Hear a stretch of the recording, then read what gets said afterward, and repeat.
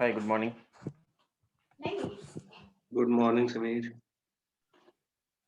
Morning, Samir. Good morning. Good morning. Wait for 2 minutes Samir. and we'll start, okay? Yeah, okay.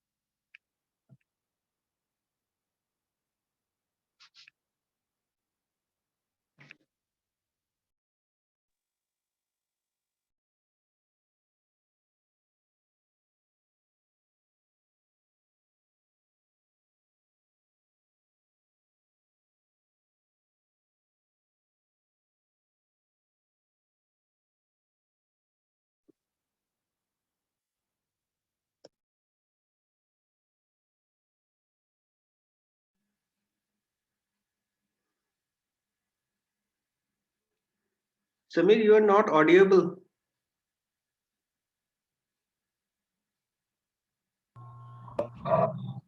Sorry, I'm talking in. Okay. So EFS, elastic file storage, we were discussing. Okay. So yesterday we discussed about S3 simple storage service. There we discussed about couple of points, like we discussed about what is S3, what are the functionalities of S3, and we discussed about what are the features we have in S3, what is bucket and how many buckets you can create. Those all things we discussed, right, yesterday. Then, before class in EC2, we discussed about EBS, elastic block storage, and today we are discussing about EFS, which is called as elastic file storage, which is nothing but file level storage, and object storage, that is nothing but S3. Can I know what would be, do you find the difference between all these three? So what are the major differences between EBS, EFS, and Glacier, which is very, very important. So you need to understand here, this EBS is basically for the EC2, designed for which technology? It is designed basically for EC2, means only this particular EBS only used for the EC2, means wherever there is a elastic compute cloud on the EC2 machines, you can use this elastic block storage. And the other advantage of EC2 is that nothing but it's called as block storage, you all know, where you can manage the speed, where you can manage the IOPS. All those are the advantages what you get. That's the reason we call it as block level. And the next advantage of EBS is nothing but maximum 16 terabyte it will provide you for a single volume, and only accessible via EC2, means you cannot access any other options, you don't have, only you can access through your EC2. That's the only advantage what you get when you go with your EBS volumes. But what is this EFS? How does this EFS works, and what is the advantage of EFS? So you need to understand here, EFS is basically elastic file storage. When I say elastic file storage, which is almost like EBS only, but the file system what we used to access in EFS is little difference, and this is also can be used for your EC2 machines as well as other AWS services. This you can use it. So let me give you what all benefits you get in EFS. So EFS, first is that used for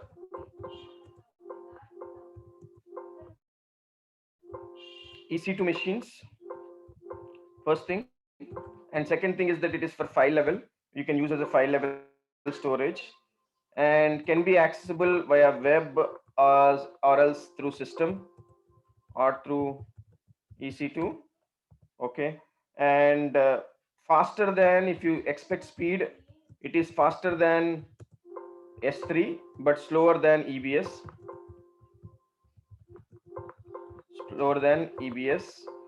and it is very good for sharing a application sharing, and local applications. There you can use this EFS.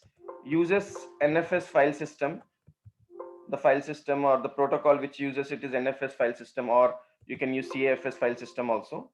But when it comes to EBS, what is the advantage what you get is that used for EC2 machines, and EBS is the advantage is that for any kind of a speed, if your database servers, application servers, for any kind of a server technology, we go with EBS. But EFS is basically for sharing application sharing, inventory sharing, or local LAN sharing applications, right? Wherever the local workloads, which are lesser workloads, okay, and big data workloads, for those kind of use cases, you can go with your EFS, elastic file storage. The same thing if you consider the S3, as I told you, uh, EBS and EFS you can access through EC2 machine. S3 is basically publicly can access, means you can access over the internet, but your EBS you can't access through internet, because as I told you, EBS is dedicated for EC2, means it is for only for the server. So this is basically publicly accessible. S3 is publicly accessible, one advantage. And second thing, through web interface, means through website you can access. And third thing, it is an object storage, as you are aware, right? And this is also scalable, good for backups. This is good for backup purpose. If you want to back up your data, it is very good, and slower than EBS and EFS. If you're expecting speed, high speed for your server applications and all, this is not meant for that. This is meant for good for backups, disaster recovery, and other things. You can go with your S3. Slower than EBS and EFS, good for backup purpose, scalable solution, and web interface you can access through websites. Okay, all these are the different use cases you can use for your S3 compared to your EBS or EFS. So if somebody asks you in interview what are the use cases we can go with the S3, you can say that it is storage for internet, one purpose, and backup and disaster recovery. If you are planning for a backup solution or a disaster recovery solution, you can go for S3. You can go for analytics, data analytics, you can go for S3. If you want to host static websites, you can go for S3. If you are planning for security and compliance purpose, there also you can go for a S3. And for the application developers who want to manage their data in the development platform, there also they can use this S3. All these are the different options what you get. But only one thing you need to understand is that it is not super fast. It is not faster environment, slower compared to your EBS and EFS. Okay, now what is the EFS? If you say EFS advantages, EFS one advantage is that, so in EBS the maximum limit is 16 TB. In EFS there is no limit. As much as you want, EFS will keep on grow. Okay, first thing. Okay, and second thing, in EBS, you cannot share single disk to multiple EC2 instances. One disk, one EC2 instance. So for single EC2 instance, you create volumes. All volumes will be shared to the same EC2 instance. But when it comes to EFS, you can share to multiple, EC2 instances. Means single volume, or you can say the single filer. Okay, it can be shared to multiple EC2 instances. That is one advantage. And EFS can be accessed via internet, via your URL and through an endpoint privately. And it is unlimited storage, elastic, it keeps on growing. So there is no defined this much limit and all. It is unlimited. And suppose let's assume you have created one mount point, one filer, automatically it will keep on grow. Okay, that is one advantage you get in AWS EFS. Other than that, if you compare with the speed, you cannot expect the speed like you know EBS. Obviously for the server side technology, EBS will be the faster and fastest. That is the you can take it as that is the number one. EBS will be the number one for your server technology. Okay, S3 will be very number one for your backup and storage, backup and disaster recovery technology. Okay, and EFS also is a very good technology for your file system based, like LAN based application and internal application. There, this all things, the advantage you'll get, like file servers, file storages. For all those things, you can go with your persistent file storage wherever you want to manage, or internal you want to use some internal critical applications where you need to manage locally in your LAN environment. There you can use machine learning environment, you can use, and content management. Like I think you all people know, like web developers maintain the content and they will share across their local servers. So for that particular purpose you can use. For the application websites you can use. Okay, and application testing and development, for the testing and development they need a storage which they can locally scale. For that purpose you can use database backups. If you, the database backups which is in the format of NFS version, right? For that purpose also you can use. Like this you can use EFS for all these use cases. So EBS is one use case, EFS is one use case, S3 is one use case.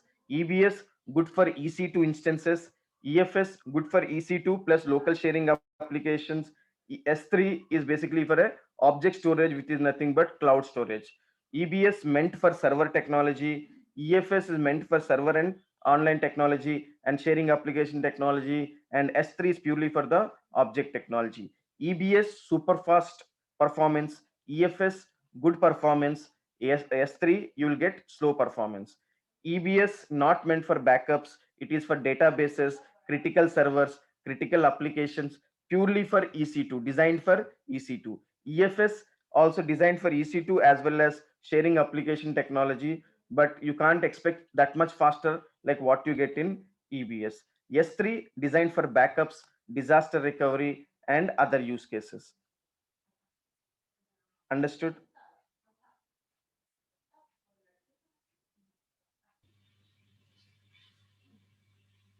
Understood? Anyone has any questions? Samir, hello. Yes. Uh, Yeah. is there have any limitations for the volume in EFS, or is it There is no limitation. okay? There is no limitation for EFS. For EBS, 16 TB is the limitation. S3, there is no limitation, unlimited storage, but single file is maximum is what is that? 5 TB. 5 TB. Okay, thank you.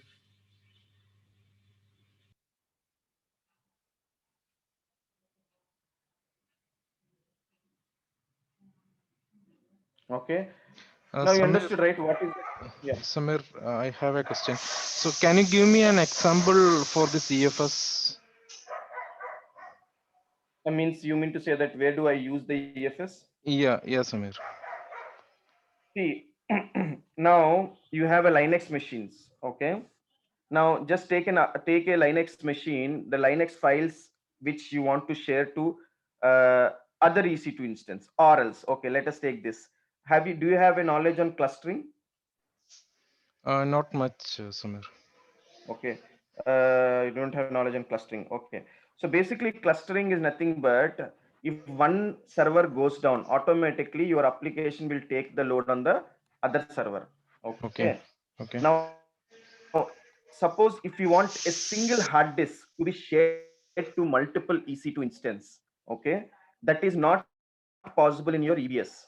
Okay, that is possible only in EFS. Like for example, let us take there is a one application which needs to be in clustering environment, means which should be shared between two or multiple servers, means the data should be shared between multiple servers. That is not possible in EBS. That is only possible in EFS, where your disk can be shared between multiple servers. You can do a simple lab. Go to your EC2 instance, launch one EC2 instance. You know the volumes, right? You know how to create a volume in EC2, correct? I showed you the lab. Yeah, yeah, Do you remember how to configure a yeah, volumes? Now yeah. Yes. just see if the same volume can be used to some other server. Okay. Can you assign a single volume to other server? No. You can't. In EBS, Yeah, you will not be able to, because this are mapped alone. EC2 one EC2 instance, that volume only will be used to that instance. You cannot use it. If you want to use it, you need to detach it and attach it, but you cannot use same volume to multiple EC2 instances, correct? yeah, correct. But let's assume you have a clustering environment where you want your application to talk to multiple servers. Okay. So that time, if you go with EBS, it will not support. So you need to go with what storage? EFS EFS. storage. So Yeah, what EFS will do? EFS you can mount between multiple EC2 instances. That is one advantage. You can mount to multiple servers. That is one advantage. Second thing, local LAN based application, file sharing applications and all doesn't require that much speed. Okay, because it is locally accessible. For those kind of machines also you can go with the EFS, elastic file storage. So by default, in when you log in with your account, single as a single VPC, or when you log into your EFS will allow you to create 1,000 file systems per single account. Means one account you can create maximum 1,000 file systems, and which is elastic, means unlimited. There is no limit as such. You can create, you can allocate, you can create, you can allocate, you can create, and you can assign. There is no limit as such. That is the advantage what you get with your EFS. And EFS supports NFS version. NFS is nothing but network file system, because it uses TCP IP protocol. Remember, very important, what you need to remember in storage is that protocol.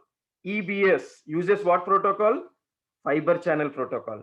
EFS, what protocol? Nothing but file system, nothing but NFS, network file system protocol. S3, nothing but object storage, HTTP or HTTPS. Protocol is very important. You can store the data, you can access the data, but if you want to store the data, if you want to access the data, the backend protocol is very, very important to understand the storages. Easily you can tell EBS for server technology, database technology, wherever the servers which requires very faster performance, faster applications, Without clustering concept, you can go with EBS. EFS, wherever they need the clustering concept, wherever they need the sharing application, wherever you want to share for locally, not expecting super good performance, not expecting very fast performance, go with EFS. S3, wherever they want to access through online, through cloud storage, meant for the backups and database backups, or you can meant for the disaster recovery solution, go for S3. Like this, one storage has its own use case. Sorry, understood, right? Yeah, thank you. Thanks so much.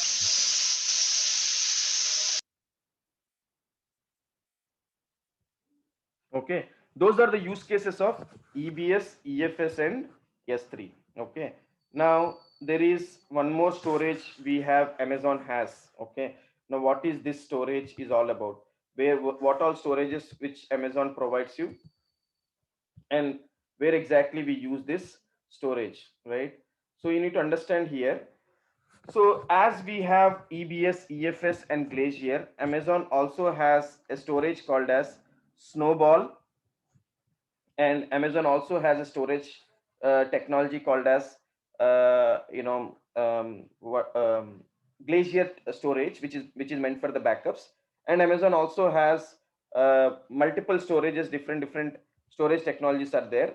There, Amazon is also providing a technology called as Storage Gateway, which is for hybrid cloud storage. So just to give a high level idea, so let me share you my screen.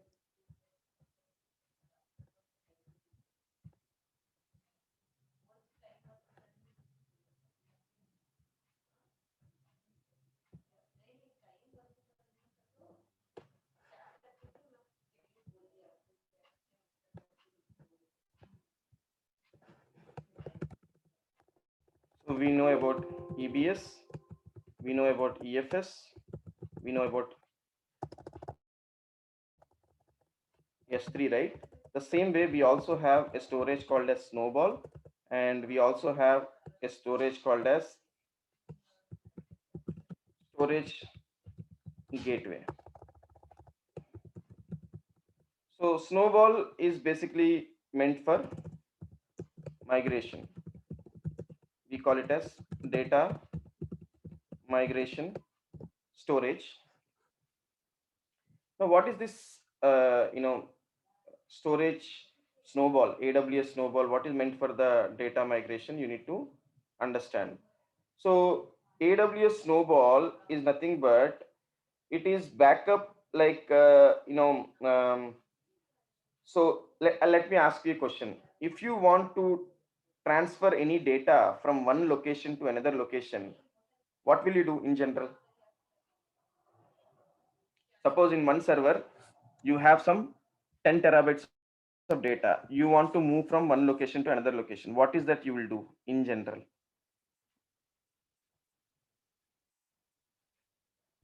How do you move the data? How do you migrate the data?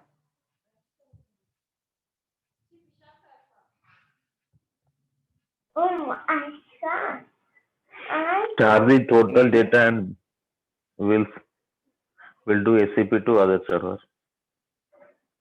So basically you copy, you paste, and you try to move it, right? So Snowball, what exactly it is? Snowball is nothing but a petabyte scale data transport solution. Basically, it's a suitcase. You know what is suitcase?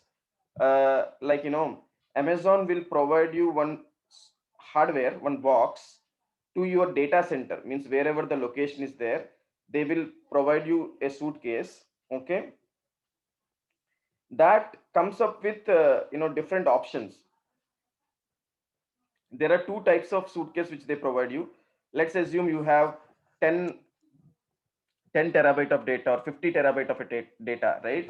Amazon, what they'll do is that they will send you the box to your office address, data center address. You can copy the complete data, and that data will be again taken back to the AWS data center, and from there you can move the data. So this is basically like how you have a pen drive and how you connect the pen drive to your server or a data drive to your server, and then you copy. It is a similar kind of a technology, but in a higher value. Means a bigger, where you can, terabytes of data, you can take it. So I'll just show you how it looks, then you'll get an idea. One second, let me share my screen. Let me know if you're able to see my screen.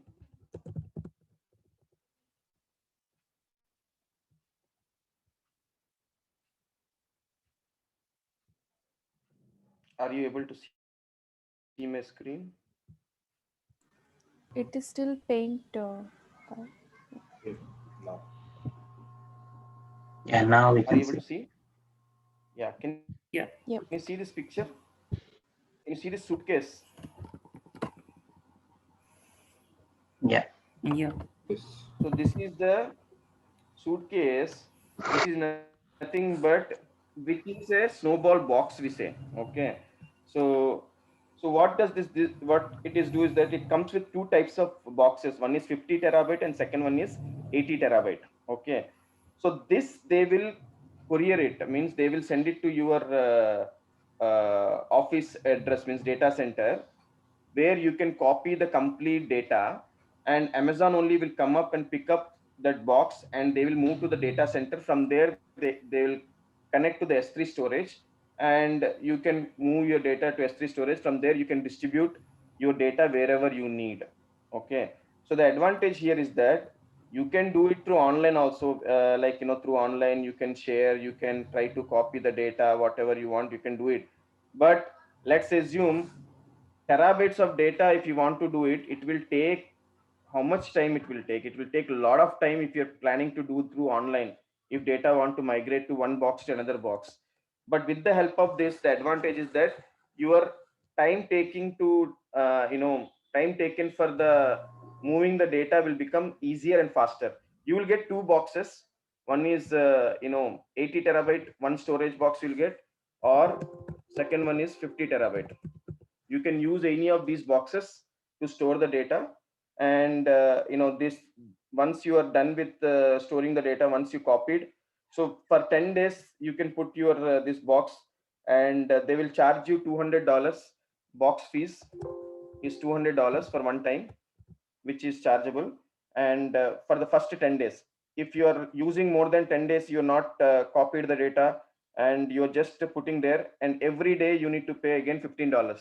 Okay, this is the cost what they will charge you.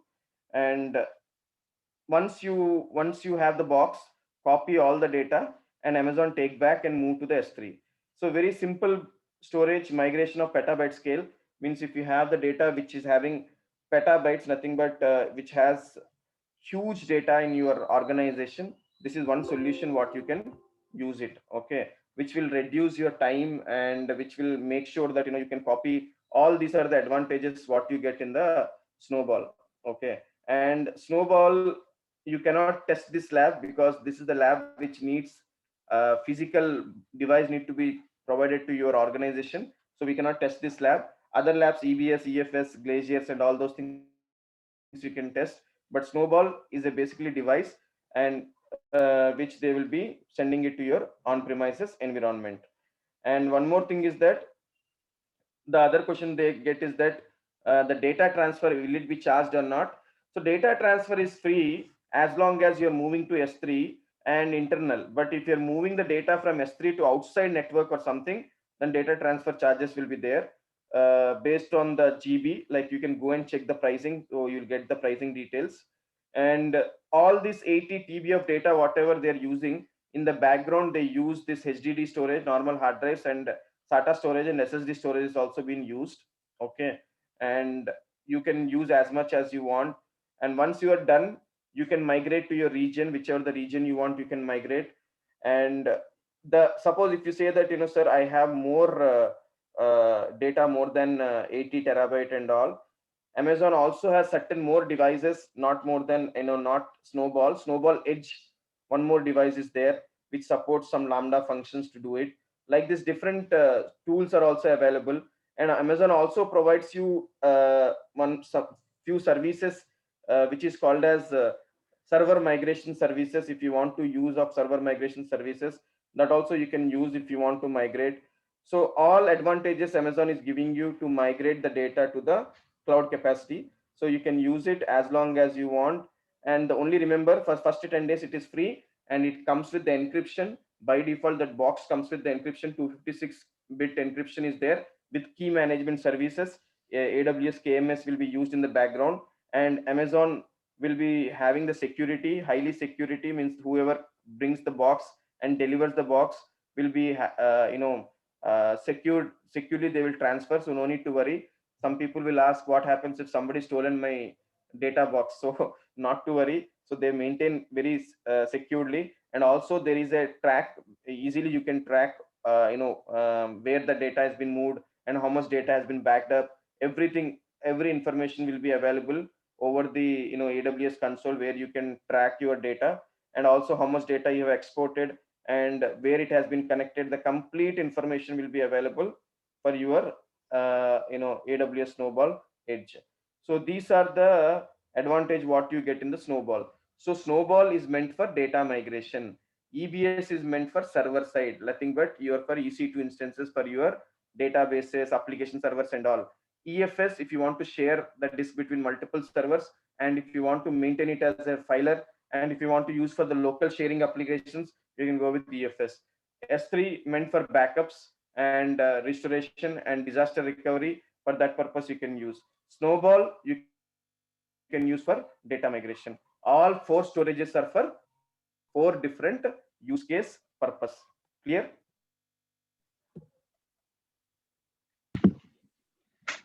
Why the name Snowball? This. I mean, what is the Pardon? analogy? I was asking, like, what's the analogy behind the name Snowball and what it actually does? What is the why I mean, they why the kept name? Snowball Why they name? kept the You're name asking. as Snowball, basically? Okay. Now I need to ask this to Amazon. Why is it Snowball? Basically, this unlimited storage. The idea is that for the migration purpose they have kept this. Okay, and they have different devices. So actually, it is an acquired company. This is basically used for a physical storage migration. They have just imported that and they used it. Now, why they use this name, I really don't know. Okay, no, yeah, Yeah. just a I think thought. that maybe because they are using this ice thing as common. We have got glacier, we have got snowball. They're using that logic, I guess. Maybe. Okay, so we know about these all storages. Now let us understand about a very important storage called as hybrid cloud storage. Now, what is this hybrid cloud storage? Otherwise, we Okay. call it as AWS Gateway. So, what is this AWS Storage Gateway? Let me explain you what is this AWS Storage Gateway. So, does anybody, first of all, you need to understand what is hybrid cloud, right? So, can anybody tell me what exactly hybrid cloud means? The Then I'll understand. Combination of combination of private and private cloud. and public cloud. Very good, but what exactly? So I said, now I'm teaching a concept called as hybrid storage. What does it means? What is that you think that the magic is going to happen with hybrid storage? What exactly this AWS is going to help me with hybrid storage? If like I'm having a company, some applications has to be accessed by publicly, and some applications which I have to store so that accessed only within the company. There we can use private cloud. Okay, that's okay. But what my question is that Amazon is saying that it is providing you a hybrid storage called as storage gateway. What exactly, which means that what is exactly Amazon is going to give me? Now, how does it is benefiting me by the name called hybrid storage? Is it going to give me some storage, or is it going to give me the storage to my server or my application or for my on premises or for my cloud? What exactly it is? Combination of all the storage like application or service based backup. Okay, so let me History. explain you what is this storage gateway is all about. So the name itself, I told you, it's a hybrid storage. Hybrid storage means combination of public, private, and on premises. So on premises access to virtually unlimited cloud storage, which means let's assume, let's take, this is my on premises data center which is located in Bangalore. Okay,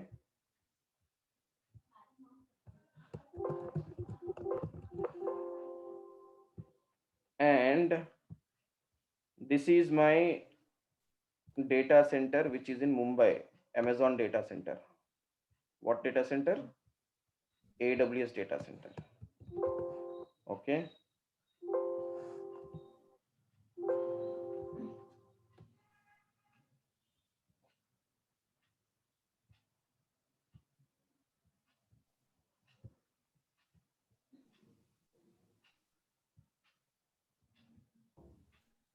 okay.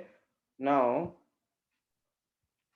let's take your local data center have some servers, multiple servers, some tens and hundreds of servers are there. All these servers, let's take, they are using a storage which is belongs to the local storage, nothing but your AWS storage, nothing but they are using all this local storage like EMC or Hitachi or IBM, some XYZ storage. Now this storage are using, basically let's assume they are using for backup purpose or some XYZ purpose. Okay, and this became full, which means that this storage become 99% occupied. Forget about AWS cloud for a second. Forget that you don't have AWS cloud and all. Just keep this one aside. Just think that you have a Bangalore data center. All these are the VMware servers and all using this storage. I will write it as, okay, EMC SAN storage, EMC SAN storage, and for the purpose of backups they're using, just take it. Okay, now this became full. What is that you will do if your on premises storage is full?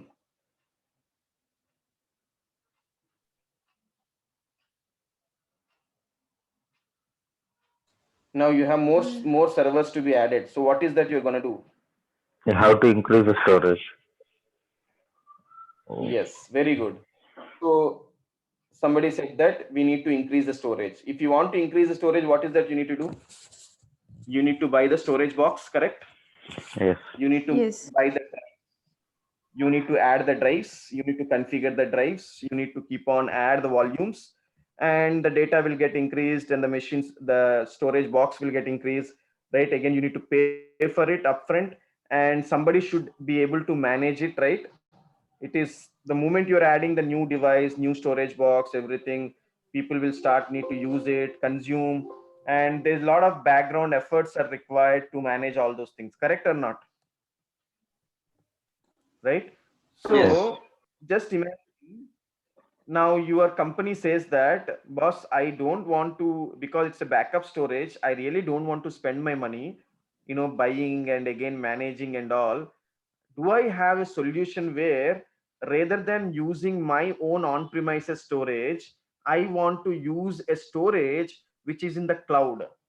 Okay, but these servers should be able to talk to that storage. Okay, so Amazon is giving you that feature. Amazon is giving you that flexibility where in Amazon backend they use a storage called a storage gateway, which is nothing but in the background they might use S3, and in the front end they use this technology called as storage gateway technology, SGW I'm writing. So this over the internet, which means if I go here,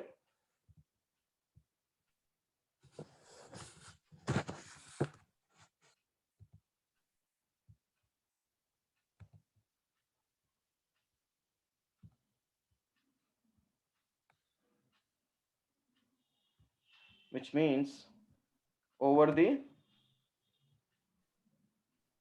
internet, I can access this storage. Okay, 1 second.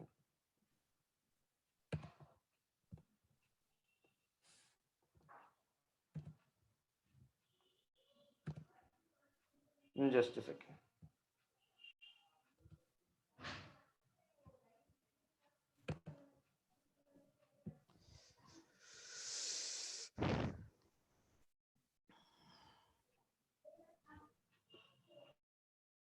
Over the internet, I can access this storage via my storage gateway. Means, so all these machines can use the storage which is running in the AWS. Means they can consume the storage via the storage gateway over the internet, which means I am using a storage which is in the cloud to my on premises. You understood what I'm trying to tell you?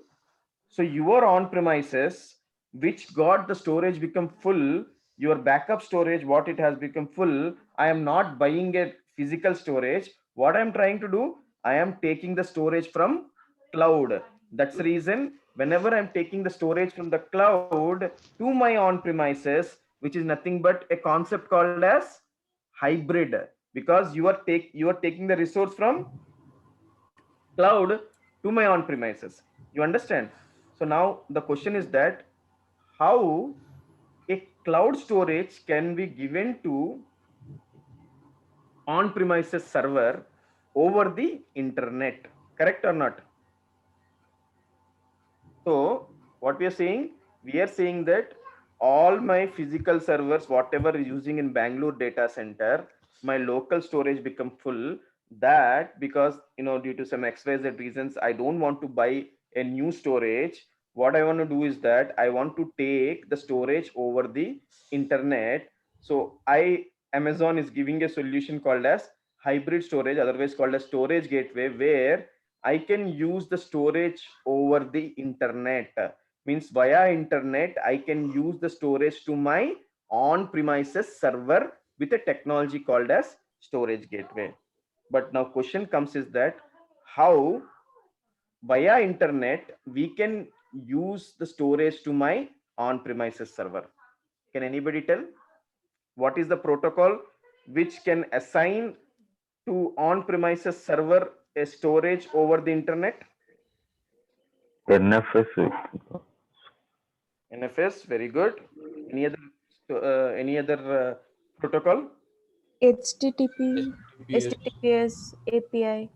That is cloud storage basically through APIs. Very good. And what is if I want to use it as a block storage, what is the protocol we have? iSCSI. Okay. iSCSI is nothing but independent small computing system interface, otherwise internet small computing system interface. Basically over the internet you're trying to access. Now you will get it out, sir, how this via internet, how can I use that to my local server or a local storage, and how exactly the connectivity will be there, what exactly and how exactly I can access, right? I showed them, I did this live in the production. I have showed to so many customers also. I showed this, that is possible. Now how it is possible? For that certain terms and conditions are there. What is the terms and conditions are that? Now remember here, this hybrid cloud storage as of now supported for only couple of technologies, not every technology, only couple of technologies. What is the technology it is supported? As of now, it is supported for VMware technology. Second one is Microsoft Hyper-V technology. Third one is kernel, Linux-based kernel technology, KVM technology. So only these three technologies only right now supported, which means that if you want a storage from cloud to your on premises, in your on premises, this technology server should be installed, means they should be maintaining this technology called as either VMware or Microsoft Hyper-V or a kernel based technology. Clear? Condition number 1. Okay, it doesn't support any other technology, only these 3 technologies it is supported as of now. That is one. Now second thing,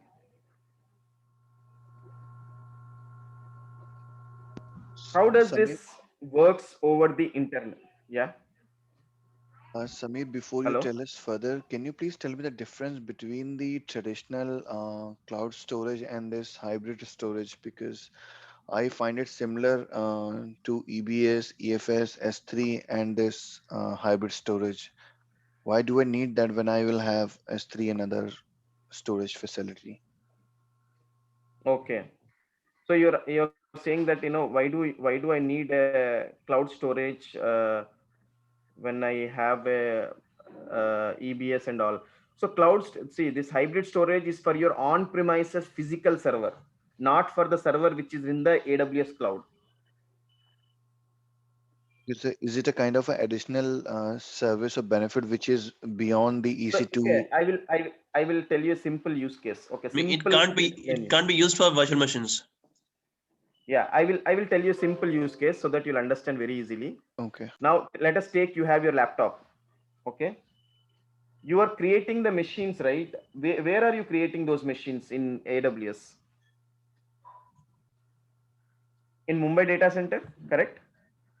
Yeah. You're doing the lab, where are you creating the machines? In Mumbai data center, correct? Your all data is sitting in where? Which storage? In EBS storage, which is located in Mumbai, correct? Right. Now I am not talking about the storage which is in the Mumbai data center. I am talking about you need a storage which is at your own location at this point of time. Where is your laptop located at this point of time? Just take an example. You are in Delhi. Bangalore or Hyderabad or Delhi. Okay, let's take you are in Delhi. Now your laptop requires some 5 TB of storage. Just take an example. What is that you're going to do for your laptop? Forget about cloud. You need 5 TB of storage for your laptop. What is that you're going to do? But even in that case, Samir, I can log into my own storage that I have access through Mumbai data center. Maybe No, I am talking about your laptop. I need that 5 TB in my laptop. Okay, all right. I'm not talking about the cloud. I know that you can access through cloud, you can access through internet, you can log into server and you can find the storage. I am not talking about the cloud. I am talking Samir, about then at I'm your mixing. on premises, at your laptop, in your laptop.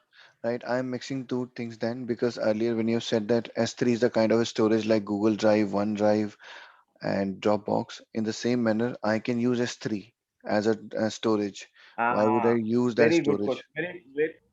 Yeah, very good. Yeah, so very good. He said that I can use S3. No, why I need a storage gateway when I can use S3 for my local computer, right? I can directly access. But remember here, S3 can you use it as a local drive, or you are accessing via URL browser? No, of course I have to use browser. Yeah. I don't want to use like that. I want to use it as my local drive. I want to install my operating system. I want to install some XYZ application. Okay, yeah, that means you're trying to say that in that case, I am trying to play with the configuration of my laptop. I'm going to increase the bandwidth of the storage of my laptop by doing this, right? Yes. Okay, got you. Okay. So what you need to understand is that if I want to increase my local hard disk, what I can do is that directly I can put my additional hard disk and I can increase. Correct? That is one way. Correct? Now I don't want to do that, but I want my hard disk. I need a hard disk which should be working as a local drive only. There should not be any difference. But I want to connect via internet, over the internet. Okay. So that's where you are coming with this hybrid storage. Okay. Now, yes, what you said is correct. Sir, I can use S3, right? S3, I can use it as a storage. S3 is an object storage. So you need to understand the difference between an object and normal block storage. Remember here, object storage you cannot install an operating system in an object storage. Object storage is only meant for objects to storing the data files. Okay, that is only possible after installing the operating system. But block storage is nothing but which allows you to install the operating system also. So there is two differences between that. So this what I am talking is about a block storage. So if you go with storage gateway, if you need as a block storage, Amazon is giving you storage gateway. In that storage gateway, Amazon gives you three types of storage gateways. One is called as volume gateway. Second one is called as file gateway. Third one is called as tape gateway. If you want to use it as for your server or as a local drive, you need to go as a volume gateway. No, you want to use it for the backups, then you need to go with the tape gateway. No, you want to use it as a NAS storage, nothing but file storage, you need to go with the file gateway. Now, those all things works as a local drive of your computer or of your hypervisor technology called as VMware or Microsoft Hyper-V technology. Okay, but if you are expecting like online, then that is different. Then you are connecting via HTTP, HTTPS through your browser. You're using that storage. I am not talking about that storage. I am talking about storage which can be used as a local drive. Understood? Yes, Amir. Understood. Thanks. So if you, okay, one more example I'll give you. If I share my screen, just see my screen, okay.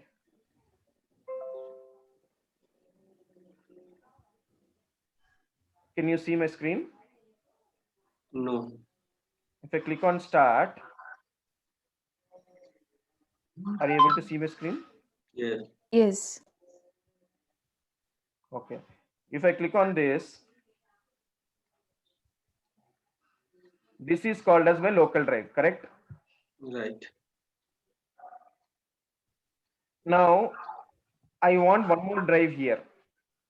Okay, that you can use you can use your S3 storage, or you can see, right, OneDrive is there. Like this cloud storages you can use, no problem. That is only storing for the data files and everything. Now I want to install an operating system, so as a primary drive, that is not possible with your OneDrive, or that is not possible with your cloud drives.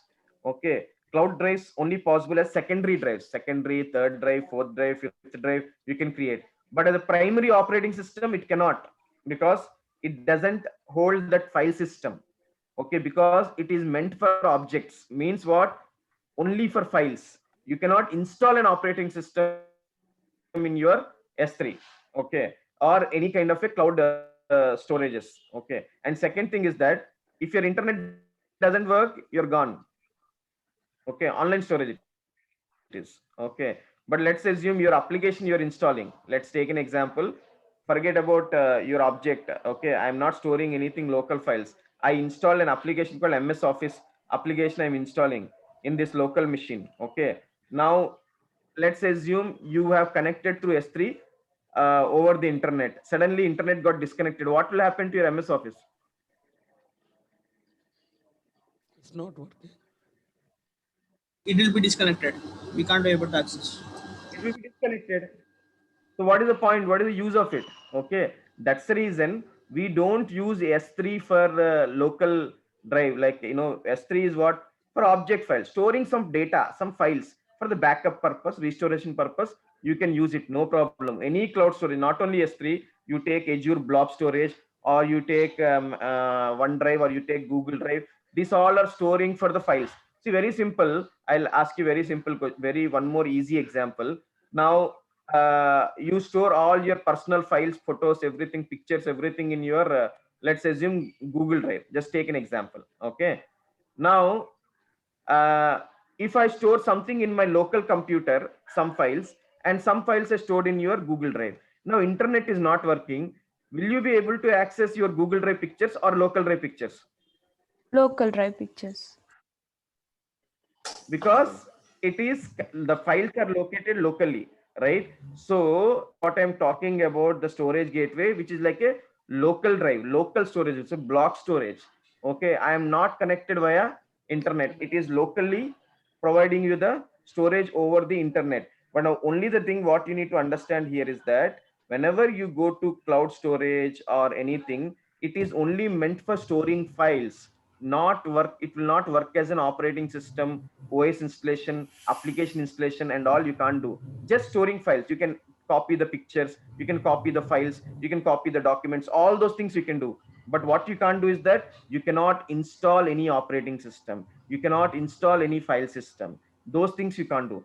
Just like this, all these files you can store, but you cannot install or cannot format or cannot manage that particular drive. Hope you understood what I'm trying to tell you.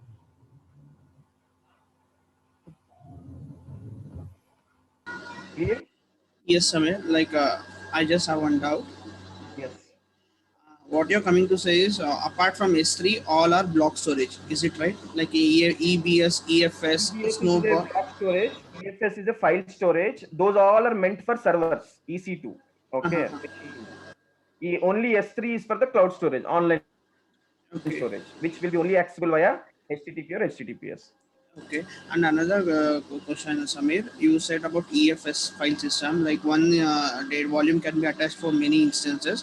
Is there any limitation for like how many instances, maximum instances can we attach? One volume. So that is very good question. Can I assign to it? Depends on your operating system, how many drives it will support. Suppose if you take Windows, you will only know, right? C drive, D drive, E drive, F drive, how many drives you can, maximum Z drive, correct? Right. Same way depends upon the number of drives or number of filers it supports on the operating system. No limit as such from the storage side. It is a limit from the OS, because I can assign as many as I want. I can share, but your OS also should have a capacity to manage it. Okay, fine. Samir, can I have the protocol? So can you please repeat once again the protocol one by one? I'm just not getting. EBS protocol. EBS, Elastic Block Storage, uses fiber channel protocol. EBS uses fiber channel protocol. EFS uses NFS, Network File System, or you can write CAFS, Common Internet File Sharing Protocol. These two protocols will be used by your, what is that? EFS, Elastic File Storage. S3 uses HTTP, HTTPS, and API. Okay. Samir, can you repeat for EFS protocol, NFS, and the other one is? NFS and CAFS. CAFS, Common Internet File Sharing Protocol for Windows. And for Snowball? Snowball is data migration storage. It is nowhere related to putting it for any servers and all. Okay.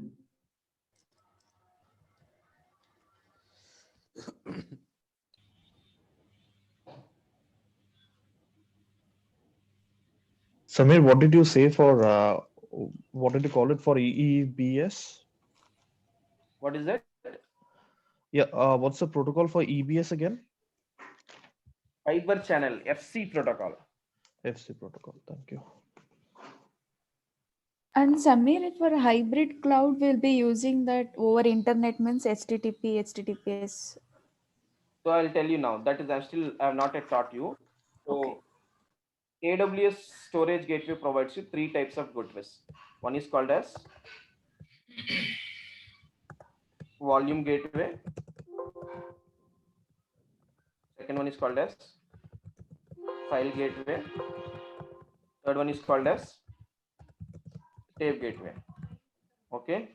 Volume gateway will use a storage called as iSCSI protocol. Okay. File gateway uses NFS protocol. Tape gateway uses VTL iSCSI, virtual tape library iSCSI protocol. So these are the protocols which are used for your volume gateway, file gateway, and tape gateway.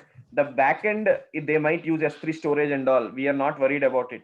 For us to connect to access the storage, we need this protocol: iSCSI, NFS, VTL, iSCSI for your volume gateway and file gateway and tape gateway. Now remember one more thing. This only supports how many technologies? VMware, Microsoft, Microsoft, KVM.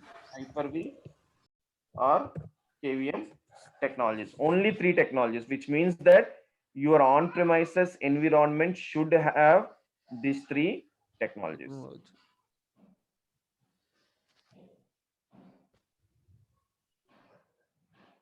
Okay.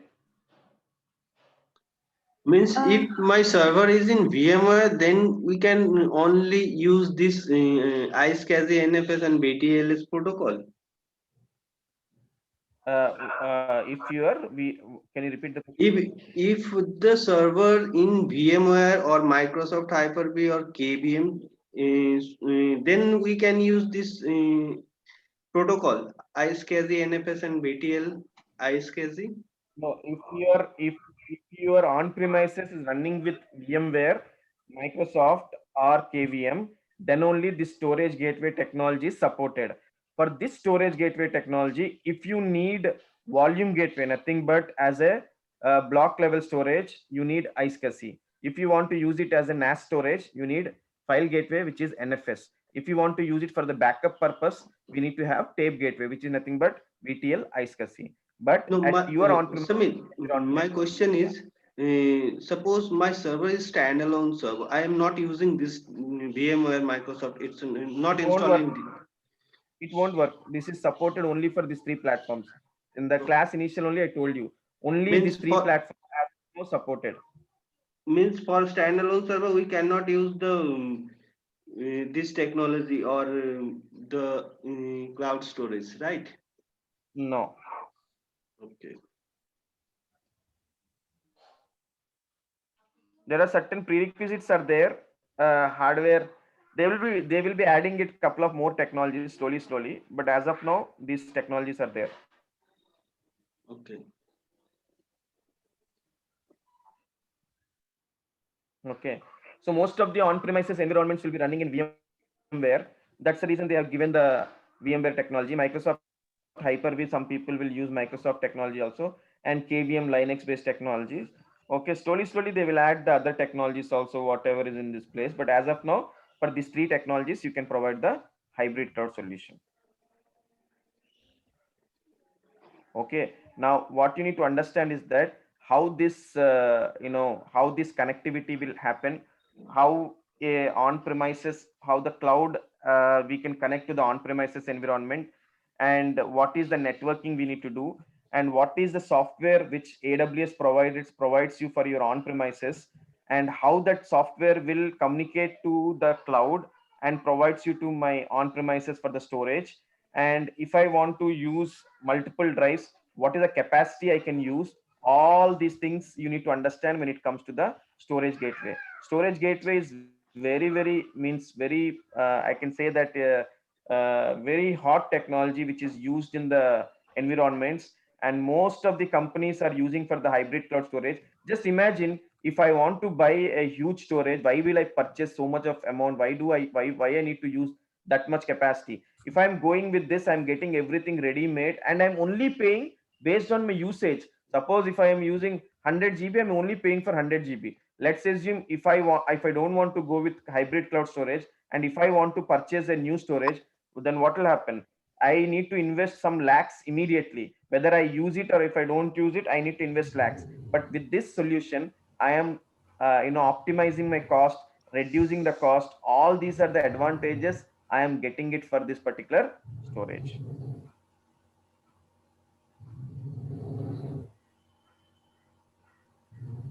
And one more advantage is that on-premises environment, no headache, no maintenance, no data center, nobody is maintaining that. So, and also the other use cases I'll tell you where all you can go with this hybrid cloud storage.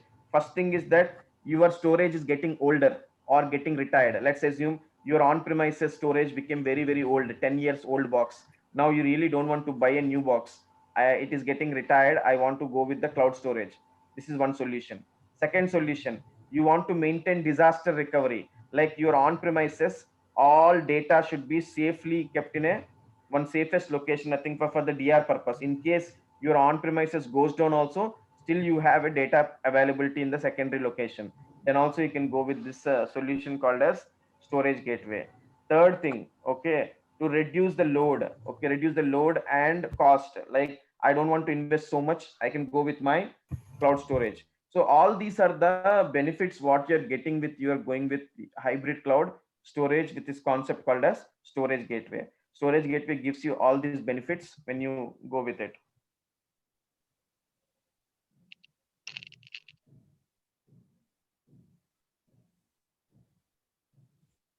Sir, one question. Okay. But how will we able to access this hybrid cloud storage without internet? How will we access without internet? Yeah. So as I told you, you need to have internet for your on-premises environment to your cloud environment. A dedicated line should be there. Then only you will be able to connect to your on-premises environment from the cloud. When you kind of lease line kind of thing. Yeah, dedicated line or leased line or MPLS connection should be there. So nowadays any network, any local storage requires an internet connectivity. So whenever you want to take from the cloud, you need to have the connectivity is required. So basic use cases you need to understand. So if you want to move the backups to the cloud, you don't want to maintain any backup on your local environment. You want to move everything to the cloud. You can go with storage gateway, very good solution. Okay, file sharing, you can go with the storage gateway. On premises are requires a low latency access, means it doesn't need a faster access for the applications. They can go with the cloud storage. Data protection and disaster recovery, as I already told you, is one more solution for your storage gateway. All these are the different use cases you can go with it. For sure, yes, you need to have the internet proper connectivity is required for configuring the storage gateway, and it requires these kind of hypervisors. Okay.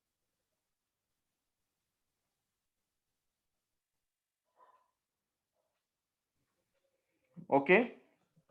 Now there are so many things are there in storage gateway which you need to understand, like the connectivity part and what kind of petabytes of storage it will support and other things. So that I will take it next weekend, because I'm I'm traveling now today. So in another 1 hour I need to start from here. So next week we will take this. So meanwhile you can just go through. Yesterday I sent you a fundamentals of storage. Did you got chance to look into that storage PDF document? Yes, Yeah, Samir, I yeah. just had a view. Yeah. So just go through the documents, and in YouTube, type that iSCSI protocol, the protocols, whatever I told you, iSCSI, fiber channel protocol, NFS protocol, CAFS protocol. Just go through those protocols in Google and YouTube. You will get some information. So you will understand how the connectivity will work, how exactly the, storage accessibility. Now, in this case, AWS is doing everything behalf of you. However, if you have a background knowledge, it will be very helpful for you. Okay. Okay. Yeah, Thanks. okay. Thanks for joining today's session. We'll catch up again on the next weekend, and have a great day, and wish you happy new year again. Thank you. Thank you. Thank you so much. Thank you. Yeah. Thanks, Amir. Thanks, Samir. Thank you.